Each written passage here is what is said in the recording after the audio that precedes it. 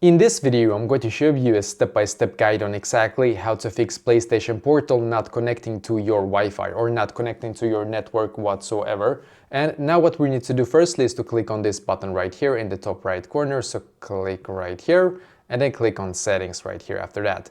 And then we're going to click on network, and then you're going to enable airplane mode right here as you can see, and then disable it after about 5 seconds. And now when you have done so, we're just going to go back to this page right here once again. And now what we need to do is to click on system right here and click on system software and then update system software. Make sure that this one is up to date, and if it is, then perfect, just click on OK.